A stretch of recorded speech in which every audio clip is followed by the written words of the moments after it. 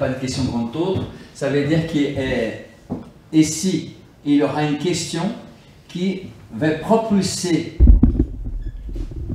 la question va sortir d'ici, va passer par le grand A barré, il va venir ici en forme de question qui propulse la personne vers le divan. C'est-à-dire, il quitte le fauteuil, position de patient, vers le divan. C'est là où les choses sérieuses commencent.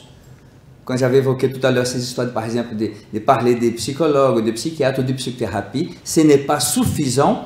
Pour quelle raison? Parce que le niveau d'aliénation est tel qu'il ne permet pas la construction d'une subjectivité.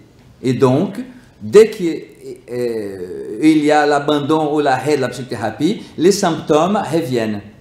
Il faut quelque chose d'une construction.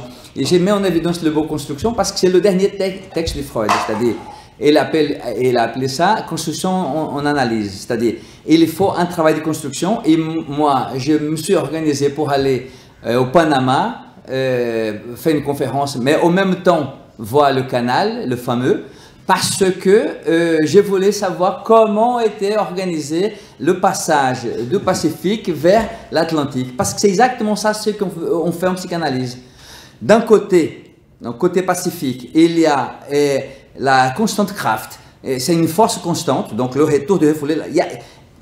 Nous sommes des êtres parlants, donc nous voulons parler, nous voulons bien parler. Pas tout le monde, mais il y a un certain nombre de personnes qui, si vous attisez comme ça, elles peuvent commencer à prendre goût de bien dire. Eh bien, de ce côté-là, c'est le côté pacifique. Et ça commence à percer. D'accord? Le mur, la roche, la difficulté qui est là. D'accord?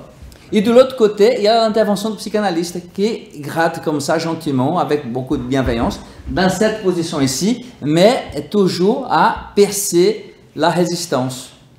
Et donc, à un moment donné, à la sortie de psychanalyse, il y a la rencontre, n'est-ce pas, et entre les eaux, donc la libido du Pacifique, la libido de l'Atlantique.